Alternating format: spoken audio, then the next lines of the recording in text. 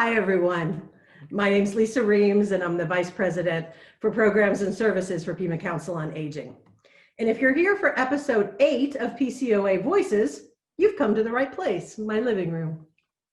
If you missed any of the first 7 episodes of PCOA Voices, you can find them all on our Facebook page or on our website at pcoa.org. And if you're tuning into our live broadcast, you can even interact with us via the chat feature. PCOA staff are here to answer your questions, and they'd love to just say hi to you. So we decided to create PCOA Voices to bring us all a little closer together during this crazy year. And it makes me feel closer to all of you to invite you into my home this way twice a month.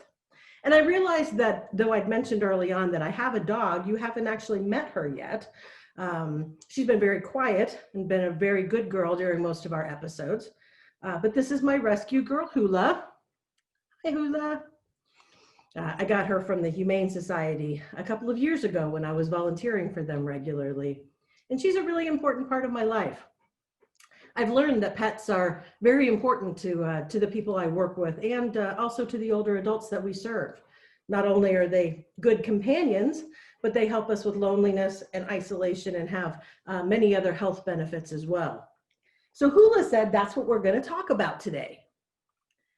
Well, Pima Council on Aging and I personally have been involved, bye Hula, in several local efforts to help older adults with their pets.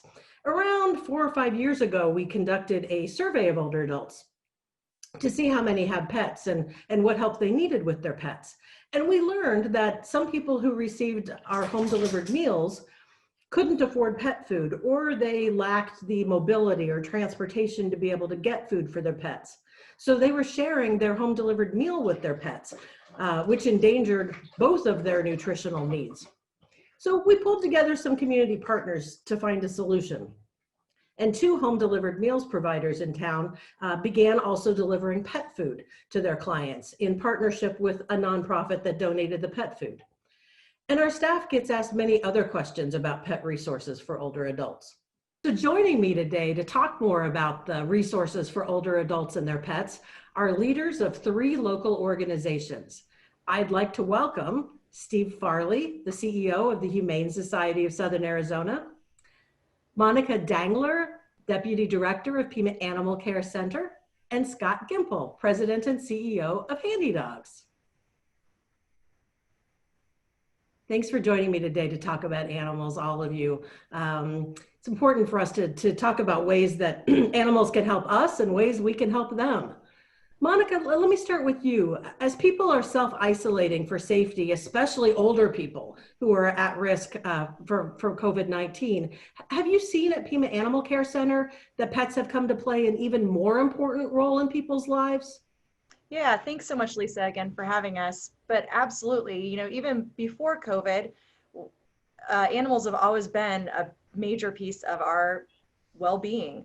And now that we're in COVID times, we're even more isolated, we're more alone, we have more anxiety, we have more depression. So these pets have really become a focus for us to help keep ourselves healthy. A great piece that Pima Animal Care Center can play in that not only is adopting pets too, if you need a pet, but also we can do some fostering. So you don't have to make that long-term commitment. You can make a nice short-term commitment. And we've got all kinds of pets that need homes. We've got those little baby kittens and puppies that are super cute, but boy, they take a lot of work. And we've got those medical animals that have just had some medical procedures done that just need a soft place to land and a nice quiet place to recover and help keep you company. Those are some really great opportunities. And along those same lines, Steve, I bet that the Humane Society has some volunteer opportunities that might be of interest to older adults who care about animals too. Can you tell us about some of those? We do. We have 1,300 volunteers working for us every day, and that they're the people who make things happen there. So we're so happy that they're continuing to come throughout the whole pandemic. Actually, the walking a dog on a daily basis is the perfect social distancing activity because a 6-foot leash keeps you that far apart from anybody else. But you're doing great things to be able to help those dogs in the kennels, be able to get the activity they need and the socialization they need, so they can avoid, especially if they're long-termers, getting kennel reactivity or any sort of other anxiety issues that could affect their adoptability in the future. So a lot of our volunteers are seniors, and for them, this is really the center of their social life right now. So you can sign up to be a volunteer if you're not there already. We will have online trainings, and there's a lot of other volunteer things you can do from home as well. Just like at PAC, we have foster opportunities. If you have trouble sleeping at night, you may be the perfect person to be able to be a bottle baby volunteer, a bottle baby foster. When you've got kittens coming in, you got to feed them every 2 hours. So if you're up all night anyway, do great things to save lives while you're doing it. There's so many good things we could do. We actually have a new program now where we're doing Lost and Found. We're having volunteers at home search all the different social media websites and find people who have posted lost dogs, lost cats. And we're trying to link them together to people who may be posting founds as well, and doing a whole new, it's almost like a volunteer pet detective kind of program. So there's a lot of opportunities, and I would encourage people to sign up and see what they can do, because our pets need us right now, including my puppy in the background. I was just going to say, this is the perfect episode for us to hear puppies barking in the background. Exactly. Well, those are some great ideas for people to get involved and help pets. And you know, people aren't able to keep a pet of their own, but there are still ways they can be involved and make a difference. And Monica, I bet that there are similar opportunities at Pima Animal Care Center as well for volunteering. Absolutely. With COVID, we're kind of reimagining our volunteer opportunities, and we've got our regular dog walking, taking care of cats, but we've also started implementing new activities and opportunities that can be done from home, or that come in where you're socially distanced from other people. So we're constantly adding new things every week. That's awesome. Scott, switching gears, you offer a very unique training program for people and their dogs. Can you give us an idea of what trained service dogs can do for people to help them be safe and live independently, and how handy dogs can help make that happen? Sure. What we really focus on is, we've been around since 1974 in Tucson, and the organization was founded on helping people train their own dogs to be their service animals. And what we do is we help them teach their dogs specific tasks that will address some of the disability challenges they have, some mobility issues, hearing assistance, seizures, diabetes, PTSD. Those are just some of the examples of training that we can do with dogs to help people with the disabilities. And what we do at Handy Dogs is the idea of having people train their own dogs serves two purposes. One is it makes having a service dog much more affordable. They typically, if you want to purchase a service dog, it's over $20,000 for a trained dog. And for us, by the time everything's done, it's a couple, maybe $3,000 of an investment in this dog. And the other key component is, in most cases, when you buy a service dog, is somebody's already trained the dog. And the relationship during that process, that bonding experience, is really between the dog and the trainer. Our philosophy is our instructors are there to help people learn how to communicate and relate with their dog. So that really that bonding experience and that relationship over the 12 months to 18 months is between the dog and the person that owns the dog. So when everything's said and done, the dog will have been trained, will be able to do the tasks asked of it, and it'll all be through the person that actually will be teamed up with that dog for the rest of the dog's life. That's really what we do in the service world. I've seen firsthand as a board member for Handy Dogs what a huge difference those dogs can make in people's lives and in their independence. And I know that sometimes there's other devices that people can purchase to help them with tasks like picking something up off the floor that maybe they can't bend over and get, or with hearing assistance. But a service dog helps people that you serve in other intangible ways. Can you talk a little bit about that? Yeah, I think that was my biggest surprise, and I've been with Handy Dogs for a little over a year now, but to see that the tasks that the dogs are trained to do is just one small component of how they benefit a person with a disability. Many of our clients have anxiety going out into public because of their disability. We have many people that have been homebound because they're just insecure and they're not comfortable with going out in public. And what the dogs allowed them to do is kind of create that barrier and have that emotional support that really encourages them to go out in public and live a much more independent life. That was not something I'd expected. I never thought about it. I thought about it was just teaching them the tasks to support them. But really the emotional encouragement that comes from having the dog out in public has been tremendous. It's been a tremendous thing to watch and see how people actually have changed their lives because they now have a service dog with them. Dogs are so important that way.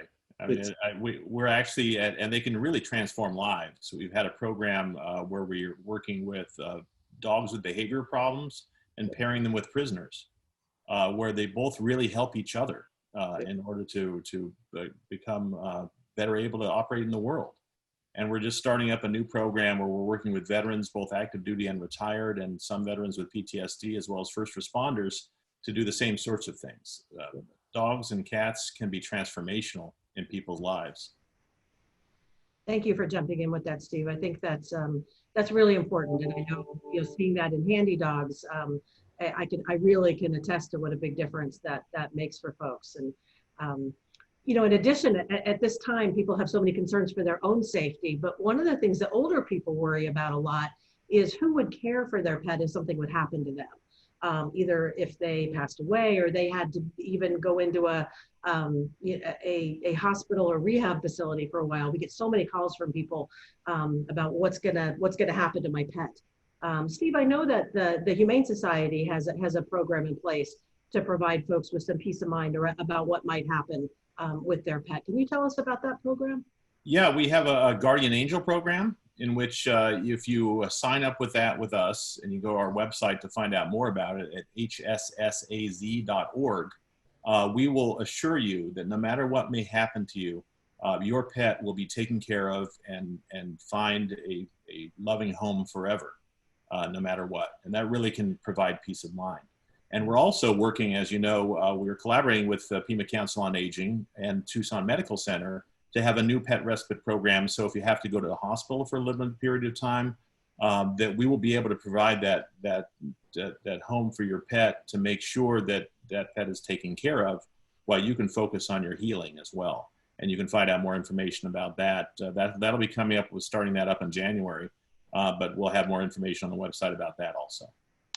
Yeah, that's a great partnership. Thank you. I want to jump in too and mention something that PCOA has been involved in with some other animal rescue groups that for older adults, especially that live alone, one of their concerns is that, like they're in an accident or they have a medical emergency and they are in the hospital and no one even knows that there's a pet at home that needs to be checked in on or someone that needs to be called for their pet. So we worked on something where there's this pet notification, pet emergency notification card. So it has a lot of information on the pet and their medications and all of that. And then there's a cutout wallet card that you can put in your wallet. And then there's a keychain tag that says, I have a pet at home, and it refers you to the wallet card so that first responders or medical personnel could actually look at that and know this person has pets that need to be checked on. Here's who I should call about that.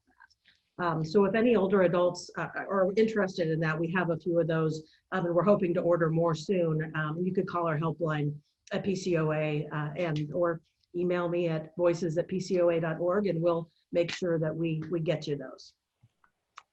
So let's move on to talk about how your organizations can help both pets and people, especially if folks are experiencing challenges right now due to the pandemic, as we know many of our neighbors are.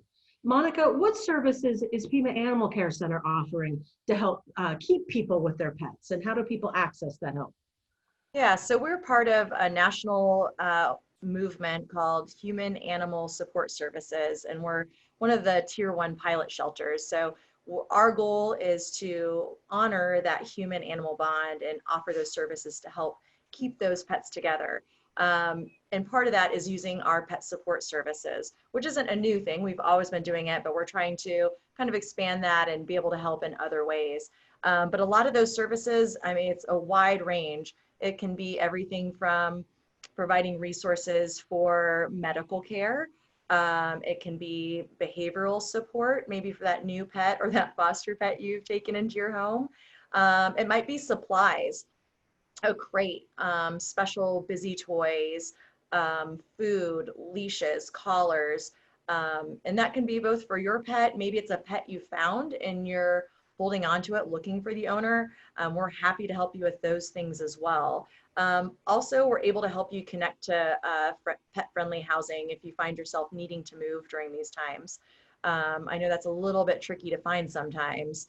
And then also rehoming services. We don't really want to think about having to rehome our pets, but potentially that's maybe the best thing for the pet. We want to try to help those pets not only stay out of the shelter, but keep that bond with the people. And by helping individuals rehome their pets themselves, they're able to continue keeping that bond, keep in contact with their pet and the new owner of that, which is so much better for the pet, for the person, all around. It's a better thing when that's your last choice.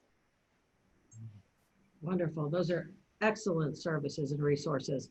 Steve, I know that the Humane Society has some similar services and also some things you do that are kind of unique. Can you share? Yeah. Well, one thing I know you guys have studied is that sometimes when seniors are facing the choice between feeding themselves and feeding their pet, they'll feed their pets before they feed themselves, and that doesn't help anybody. So we've really ramped up our food distribution. So the first Sunday of every month, if you show up at 8 o'clock on our campus at 635 West Roger Road, we will give out as much pet food as you need to be able to take care of your pet for that month. Even if you're feeding community cats where you live, we want to give you the cat food so we can make sure our community cats are taken care of as well. So you can just show up. There's no need to pre-register, and we will give you what you need if you're in need of that pet food. We're also looking to collaborate right now. We're working out a deal with the community food bank where we might be able to distribute human food along with that pet food. One of the things that we're also doing really excited about relating to this human-animal bond and how pets and people work together is we're collaborating with the Center for Canine Cognition at the University of Arizona, which is studying cutting-edge research about how humans and animals work together and how they communicate with each other. And we're going to be hosting them and working with them ongoing into the future in a new building that we're putting up, our Education Behavioral Center, right next to our campus on Roger Road, where we'll actually have students and world-class researchers coming in and studying. We'll have facilities which are just like a home facility there, where we can study actually dogs and cats in a real home setting to discover and make sort of those breakthrough discoveries on how we all work together and how we can help each other emotionally through a lot of things. So that will help. And in that center, we're working to make sure we provide a ramped up behavioral training, behavioral tools, so that people who have adopted animals during these times, and we've adopted a lot more animals now than we have even in previous years because people are hunkering down at home and they want a new best friend. We want to make sure when they're not hunkering down at home anymore that when anxiety issues come, separation anxiety, other things happen, that people don't return those animals to the shelter. So we're giving people the tools they need to be able to fix those behavioral problems and really leaning in heavily to those services to the public so you can improve your relationship with your best friend. That's exciting to hear that you guys are doing all of that. You know, Monica, you had mentioned to me when we were talking before that PAC also has some pet food distribution. Do you want to talk about that for a minute? Yeah, we do. Thanks, Lisa. I totally forgot about mentioning that. We also do some pet food distribution. We distribute 4 different locations, 4 days a week on Sundays, Tuesdays, Wednesdays, and Fridays. And they're across town. They're all across town. So we have one that happens here at Pima Animal Care Center. and then several on other sides of town. So I believe that information will be available later. And if not, you can always go to pima.gov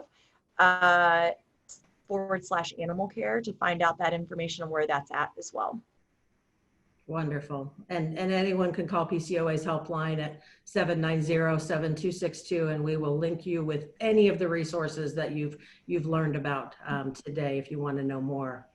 I think it's really great that both the Humane Society of Southern Arizona and Pima Animal Care Center are doing so much right now to not only match people with pets during this time, but also to do everything they can to help make that match successful. So I hope people reach out to you if they need help. Scott, people may not be aware that Handy Dogs also offers training for pet dogs and their people. Can you tell us more about that and what you're offering? Sure. And before I go there, I also want to mention one of the programs that was implemented in Handy Dogs probably 4 years ago was a Rescue to Serve program. And I think it's having both organizations here is really the other part is a lot of people don't have dogs, and there are a lot of dogs that aren't appropriate for service dog, but there are a lot of dogs that are. And we really want to work with anyone that has needs for a service dog. If we can match them up with a dog that we can, rescue is not a great word, but we basically find dogs that want to be service dogs for people. And it takes specific dogs that can do that. And it's not for everyone, but if we can find those opportunities, it makes it a lot easier for people. As far as the pet dog classes, the same instructors that we have that teach our individuals how to train their dogs to be service animals also do pet dog classes for the general public. And really we're not trainers where we're not training the dogs, but we offer both group classes and one-on-one classes where we're working with the owners of the dogs to read the dogs, understand what the dogs are, and help them learn how to get the behavior they want from their dogs through positive reinforcement and a positive relationship with the dog. So we've really ramped it up now where we're offering group classes probably 4 days a week now, from everything from puppy classes to senior enrichment classes to really just good manners for a dog. And the funny thing is we focus on the dog, but really most of the training is helping the owners understand how they can better communicate through the leash or through positive reinforcement so that the dog actually behaves the way they want him to. And it's not us telling the dog what they need to do, but helping the dog make good decisions. So you're not always training the dog, but the dog just makes the decisions because they want the reward, they want the positive reinforcement. And once this training's done, they make good decisions on their own because they want that relationship with the human. Right. I've taken advantage of some of those training opportunities, and they're really excellent. So I recommend them. And one of the great things about training, I know through Handy Dogs, is that any proceeds you guys get through the training go back into helping support the work of folks that maybe need a trained service dog and need some help in affording all of that. Yeah, all of the proceeds that we collect from the general public classes are to subsidize the cost for the service dog program. And we're the only, it's called ADI, recognized organization in Tucson. And it's pretty strict standard for those programs. So it takes a lot of money to get people through the program, and many of our people just can't afford the cost of getting a service dog. So it really helps out. Well, thank you for sharing all that. Animals are near and dear to my heart, and I've been a dog owner for a lot of years, and I've volunteered with several animal rescue organizations over the years, and I think I've had 12 foster dogs myself. And so I've been really connected with this world, and it's an area of passion for me. And I've loved opportunities to marry together human services and animal services for mutual benefit on both sides. So I appreciate what each of you and your organizations are doing to strengthen that human-animal bond, and appreciate so much what you're doing for the community. Thanks so much. Thank you, Lisa. Thank you. Really excited to be on here. Yay. Well, now let's check in once again with Marty to see what she has to share for your health, aging, and wellness tip of the week. Hi, my name is Marty, and I'm here with another little healthy idea for you. This is called sit to stand. So as you can imagine, this is something you would use all the time. You stand up from a toilet, from a chair, from a car seat, anything like that. And it's really also considered one of the considerations for how able someone is to stay living independently, whether you're able to transfer yourself. So we're going to strengthen our legs a little and practice sit to stand. So the first thing is being forward in your chair, and your chair is a nice solid, you're not sinking down into cushions. You've got a nice solid chair. Let's just start with our feet apart, hands on our legs, and just do a little bit of rocking. So this is called rocking chair.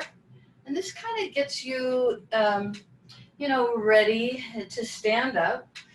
You're always welcome to have something like this bed in front of you that can just help you feel very stable with this.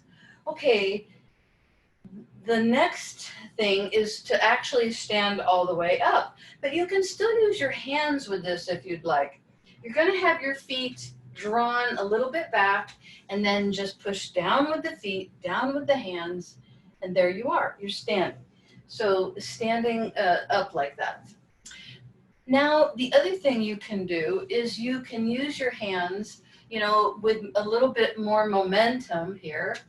And then if you don't need momentum to help you up, this is the traditional way that sit to stand is often done in something like a senior fitness test. So this is hands crossed on the chest, and it's really just all the leg work is what you're doing. So you keep your legs nice and strong, and that helps us stand up from a seated position. There's opportunities all through the day that you could do this. Any time that you're getting up from a chair, give yourself, a little sit back down and then get up again. Okay, and have a lovely rest of your day. Thank you, Marty, once again for showing us helpful new techniques. Now, for a timely issue, it's that time of year again. Cooler temps, holiday decorations in the stores. It must be almost time for Medicare open enrollment.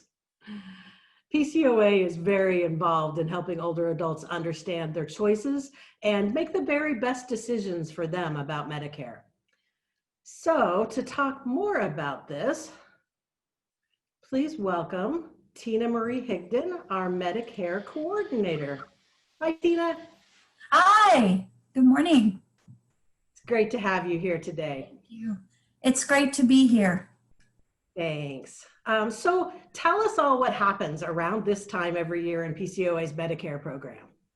Well, this is the time of year for open enrollment. It's a big time of year for people who are already on Medicare. They can choose to stay with original Medicare or change their Advantage plans. This is the time of year for that. So it's a big deal. I was thinking that in light of the pandemic this year, how is the open enrollment assistance this year going to be different than it has been in past years?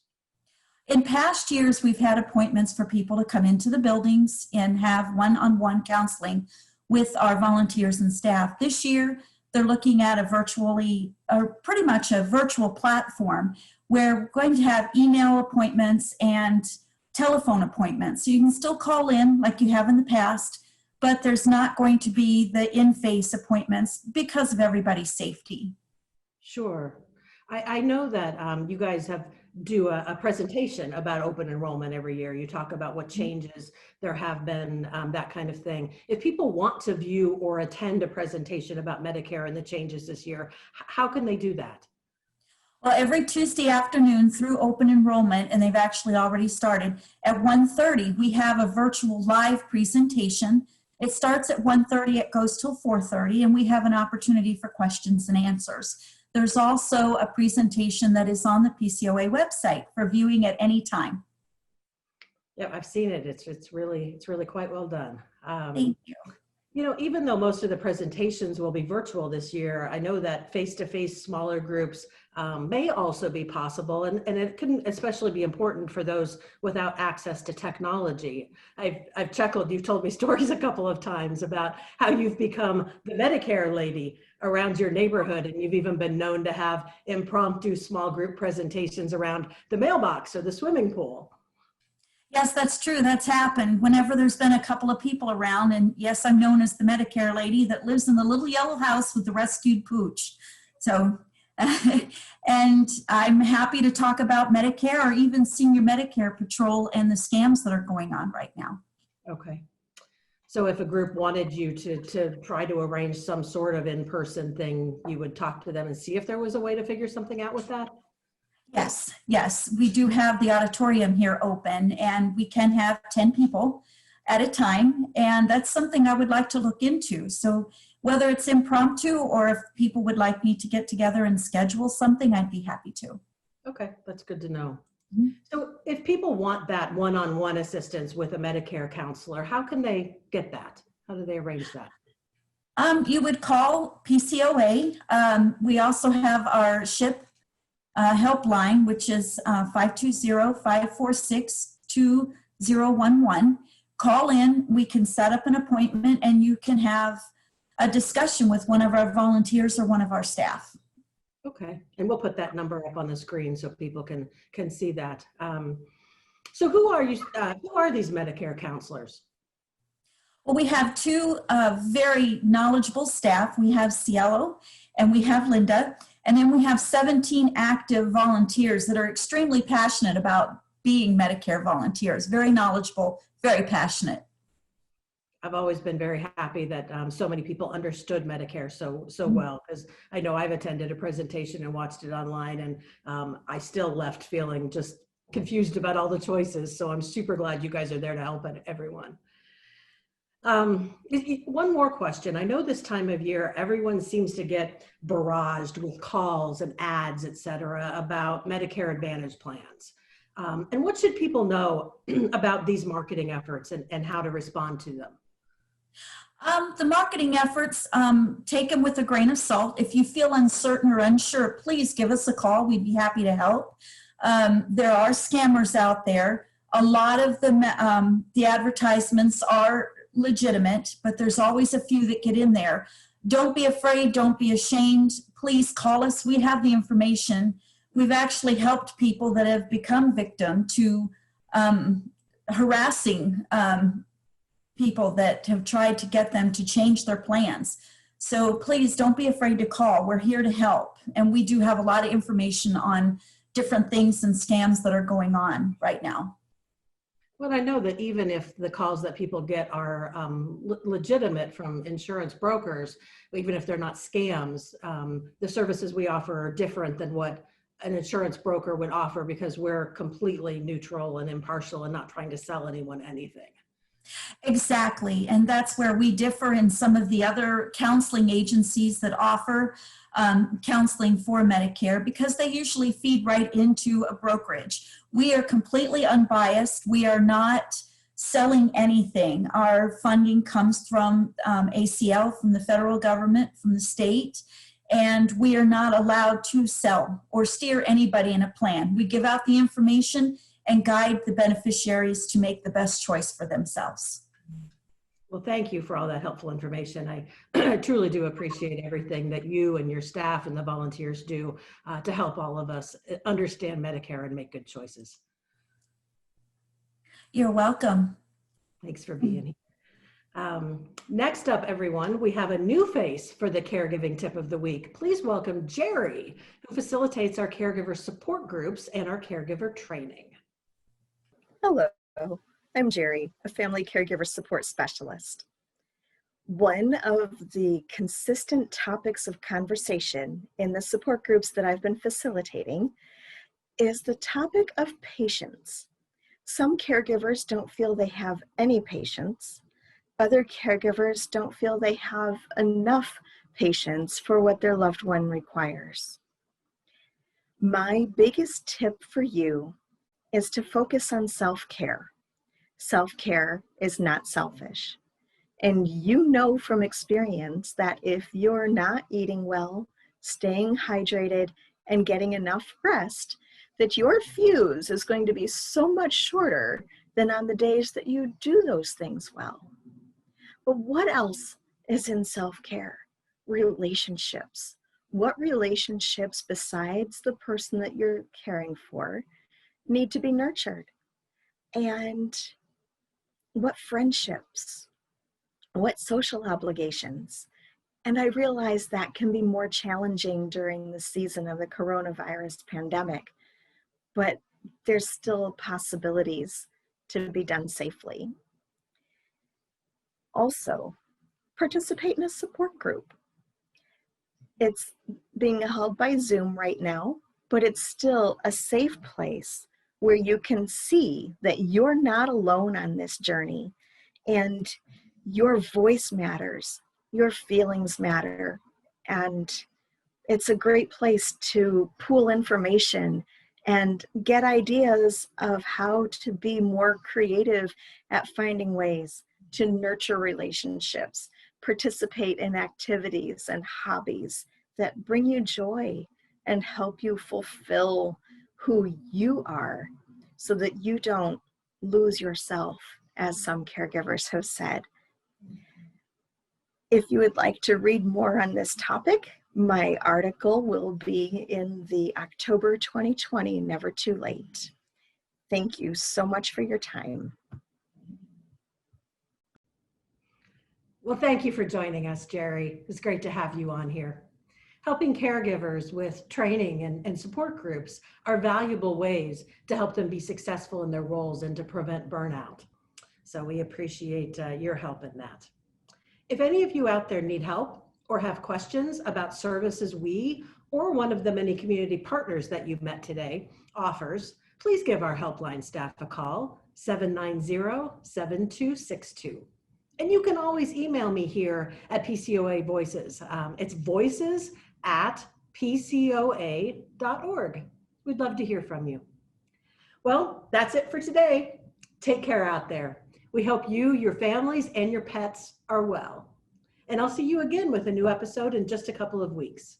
Until then, be safe and let your voice be heard. Bye, everybody.